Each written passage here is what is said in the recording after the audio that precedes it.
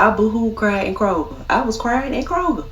Who cries in Kroger? I was crying in Kroger. Do you know how embarrassing that is to cry in Kroger?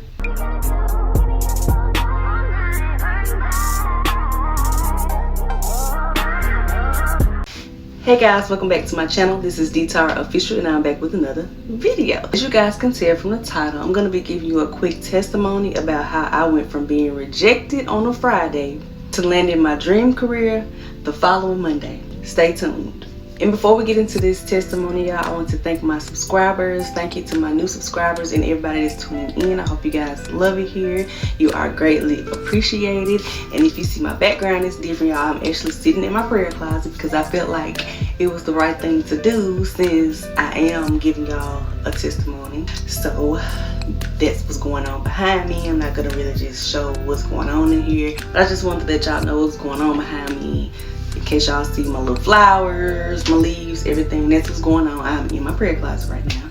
So without further ado, we are going to get into this story. I'm gonna try to make this quick. I don't want to make it long and drawn out, but I'm gonna try to make it quick. So I'm gonna get straight into it. I think I spoke briefly in one of my past videos about landing my first work from home job. I was working for a company called Teleperformance. If I did not speak about that company, oh well. So we were the third parties for United Healthcare and I was a healthcare representative. I loved the job. It worked out for me because at the time I couldn't find daycare for my son here. My mom had him in Mississippi, so he kind of wanted me. He was missing me, so it worked out. Last September I did get that job and I had him home with me. I loved it until we got into production. Training was totally different from production. I can say it was not what I was expecting. It was not what I was hoping for, and I was actually hoping to get my foot in the door in healthcare because I do have a master's in health administration. I felt like it would have been a great opportunity under my belt until I got in production and I got a supervisor who was a butthole. It was too much micromanaging, keeping up with this. Y'all, we had to have our phones on auto answer. You put your phone on hold or whatever, they were saying something to me. I kept getting called in coaching and it was just a bunch of mess. It got to the point where I had to go to HR a couple times about my supervisor. Then they wouldn't change my supervisor. When they finally changed my supervisor, she was cool until she spoke with the previous supervisor and they was exchanging information and she was letting her know she had to coach me and all this. And so I felt like she started doing the same stuff as the other lady. And then it just became too much to the point where I felt like I was being picked on to eventually get fired. So at that point I was like, yeah, I gotta go before they get me. Now I do not recommend anybody doing this, but I did it because, like I said, I was at a point where I felt like I was being picked on and I was getting called into coaching so much until I was like, yeah, I think they're trying to get rid of me. So I'm gonna go ahead and try to find me another job. I gotta quit, I gotta go before they get me. Luckily, I had ended up getting my son into daycare during the time that I had this work from home job. The company that I was working with before I started this job was a temp agency. I was working at L'Oreal. If y'all remember, last summer I was talking about I had landed my job at L'Oreal. I think I made a video about that. I was working at L'Oreal. I was doing data entry. I was working through a temp agency. I decided, okay, I'm gonna go back to this temp agency and I'm gonna go ahead, go back with them. I was getting paid weekly. I still had the app on my phone, so I was using the app because they update and they send jobs daily through that app, and you can just go through the listings that they have. You can pick which one you're interested in. If they're interested in you, they'll give you a call, whatever, they'll do your onboarding, all that stuff, same time. So I did all of that. I ended up finding another data entry job that was actually 25 minutes from where I live now. Perfect. It was in the direction of my son's daycare. I was able to drop him off, go straight to work, no problem, piece of cake, easy. The job was easy. I loved it. My supervisor was amazing. I love him so much, y'all. Ended up, I got that job. I didn't tell nobody at Teleperformance. I didn't even tell my supervisor I had got another job. I didn't call out that Monday. So that Monday I actually started the new job. I didn't say anything. So she texted me and she was like, I'm just checking in because you didn't text or you didn't call out, just trying to make sure everything is okay. So I waited a while and then I responded and I was like, I'm not working for the company no more. Like I'm not coming back for the company. So then she wanted to know why I was not coming back. Supposedly it was for the records on their end. So I just told her like I found something that was better for my son or whatever, like their schedule I lied. I should have told the truth, but I lied or whatever. So did that, and I started doing data entry. So as I stated, I started doing the new data entry job. I loved it. It was so easy, y'all. So easy. Started doing that job, and then I think I was making $18 at that job. So started doing that job. I was unaware that the assignment was supposed to be ending as early as it was. I was under the impression that the assignment was going to be ending in December of this year. But they kept giving us like dates assignment was going to end. So we were told that the assignment was going to end in April. Now I started this job February. I started the job in February. We were told in April that it was supposed to end. I love my supervisor. I F's with him for that, for letting us know. I'm not gonna cuss because I'm in my prayer closet. He let us know, like, he kept us up to date with everything. He said he didn't want them to just up and just tell us when they don't come back. So he kept us in the loop, and I love him for that. Ended up, the assignment was supposed to be ended in April. What happened was I was there a month. March, I ended up getting COVID. I went to work one day. I wasn't feeling good at all. I went on my lunch break. I went and got the COVID test. They got the COVID test now. We're here like the flu and the COVID test together. Went, took that test, y'all, on my lunch break. Came back. I was positive for COVID. So I ended up leaving. I went and picked my son up for daycare. I tested him. He tested positive, which I'm pretty sure I got it from him because it was going around his daycare. So we both tested positive for COVID. So ending up with that job was I had the week that I got COVID was actually our last week. So they had actually pushed the assignment end date up. So it was no longer in April. It was that was the first week of April. It was going into the first week of April. My last week at that assignment, I didn't work. So then that leaves me April, no work. So y'all, for the month of April, I was trying to figure out what I was gonna do. Like, I was worried, but I wasn't too worried like I usually be, because I had started praying more. I had started getting closer to God, and I was just like, I wasn't too worried, but at the same time, I was like, something gotta shake before May come, because I gotta pay my rent. Like, I got bills that's piling up. I gotta pay rent and everything. Something gotta shake. Like, I wasn't worried like I usually be, but it was in the back of my mind. So I didn't work any of April. I ended up, I got help paying my rent. I did get help paying my rent. So I had my May rent was paid. I applied for the crime lab again. There were some positions came open. I applied for the crime lab, and then it was the waiting game. So the waiting game started, y'all. I waited. Finally, I met the minimum requirements. I got an interview. Did my interview. I was excited about my interview. I was nervous, but I was very excited about my interview. I feel like I did a really great job. You know, you go into these interviews and you never know who else is being interviewed. You know, you never know. The only thing you got in the back of your mind, well, I'm the only person that's interviewing, so I'm gonna get this job because I'm interviewing. So I did my interview. I was supposed to hear something back the following week. So I'm like, okay. Following week came and went. Didn't hear anything. He did tell me the next week or the week after, so okay. So the following week came, I didn't hear anything. So I'm like, okay. At this point, 2 weeks has passed. I haven't heard anything. Y'all playing. Let me reach out, because they did me like this before. So I was like, okay, let me reach out. So I messaged the assistant director, which was one of the people that interviewed me, and I was checking up on like the status of the job, like, because I wanted to know, because he didn't ever reach out.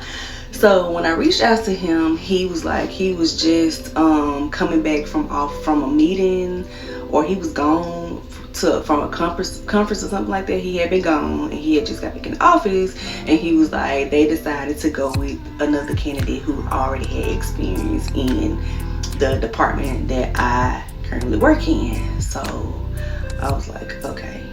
Like, I had at that point I had given up, because I had been chasing this career since before 2015, and at this point I gave up, because I had interviewed multiple times for the crime lab, never got in, had the requirements, never got in. It was all about I never had the experience.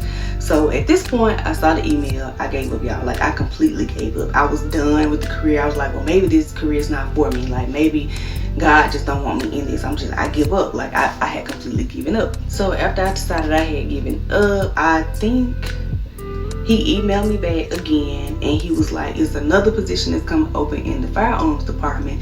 I highly recommend you apply for that position. I'm looking at the email and I'm like, I'm not about to apply for this position, because I had already applied for that position in that video that I was telling y'all about that time last year before I even moved here. I had already applied for that position and I didn't get it. The lady lied to me. She completely lied to me.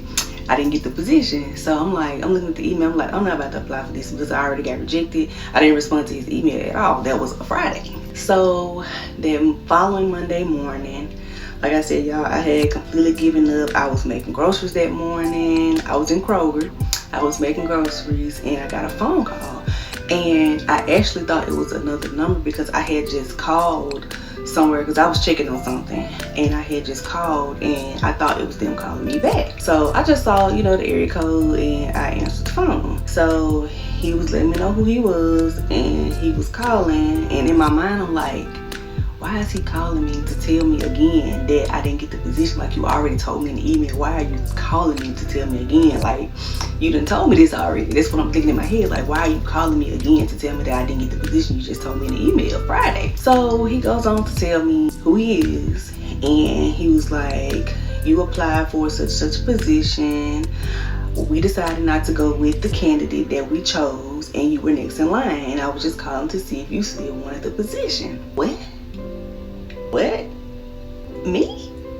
So he was like, I was just calling to see if you still wanted the position. And I could have screamed, I could have jumped, I could have shouted right there in Kroger, y'all, but I held it together and I was like, yes. And he was like, okay, that's good to hear. He was like, I know how bad you want this. You know, I see that you really want to work here and I want to give you a chance. We're willing to do the training and everything. Like, I see that you're really passionate about this and I want to give you a chance.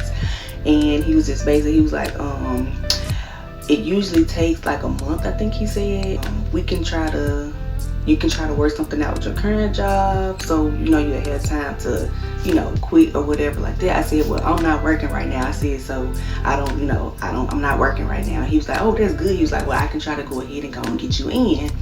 So after that, he said he was gonna send me the paperwork. He told me to look out for the email to go take my drug test and then the new hire paperwork. So I got that email after I got off the phone with him.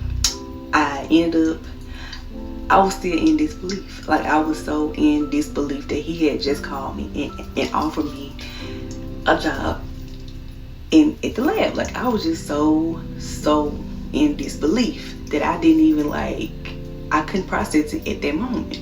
So after I accepted the position, the first person I called was my mom. I told her I had just got the position. Y'all, my mama told me she was so proud of me. I boo-hoo cried in Kroger. I was crying in Kroger. Who cries in Kroger? I was crying in Kroger. Do you know how embarrassing that is to cry in Kroger? Yeah, I had to get it together I got it together real quick. I'm like, you ain't about to be having me in here crying in Kroger. Not in Kroger. Come on now, not in Kroger. And I was in the wine section too. I should have just got me a bottle of wine, y'all. But my mom told me she was proud of me. I basically just told her, like, I had to wait on my paperwork. I had to go do my fingerprints and my drug test, and then once my fingerprints came back from my background, then I would get my date as far as when I would start. So I went home that weekend. I came back and I went straight on to my drug test. I got straight off the road, went and did my drug test and did that. Y'all, when I say that process was like, it was less than a couple weeks. I got my start date. I started May 5th, 2025. I started on May 5th, y'all. I'll never forget that date. Never forget that date. I started May 5th. And that's how I pretty much went from being rejected for my dream job, my career, to working in my career. So that's pretty much the story. Like, that's just how it went from there. Nothing spectacular happened after that. You know, I just pretty much, I did the tour and everything around, you know, went to every department. The most exciting part about it, interesting part about it, was going down to the morgue, watching the autopsies, and it's just like, it's so surreal being someone who's fascinated with forensics, going from watching all of these different crime shows on TV, your favorite shows, and to actually be in the midst, in the moment of this stuff is so surreal, and it's so interesting and crazy to me in a good way. Like, it's just so surreal that I am now in my dream career. So I'm planning on planting my roots in this career. I'm planning on being in it for a long time. So yeah, guys, that is my testimony about how I ended up being rejected and then getting offered my dream career the following week.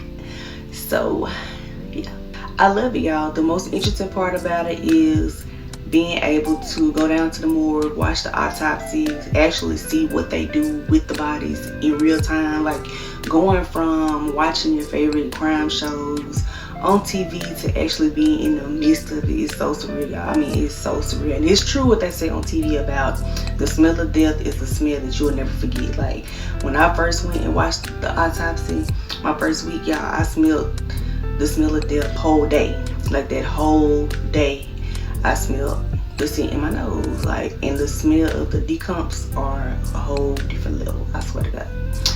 But yeah, that concludes this story, y'all. Oh, I need to tell y'all before I end this video, so I ended up, y'all know I went to the cardiologist, so I did end up being put on the heart monitor. I have my heart monitor on right here. It's on my left side, so my video is flipped, so it's on my left side, y'all. I gotta wear this for a week. I got it Thursday when I went to my appointment. I gotta wear it for a week. I gotta take it off this coming Thursday at 1:30. I gotta mail it back in, and then I gotta go in Friday. So I'm hoping Friday they let me know like what it says after they read it and everything.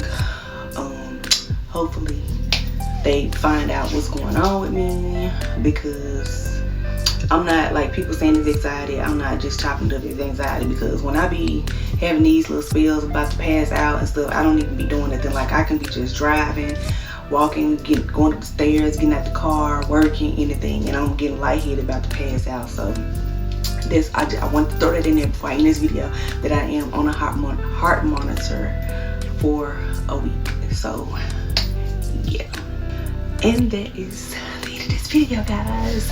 Don't forget to like, comment, and subscribe. Please like, please help push me out there, guys, please. But let me go, I'm starting to ramble. You guys, I hope you enjoyed this video, and I will see you guys in my next one.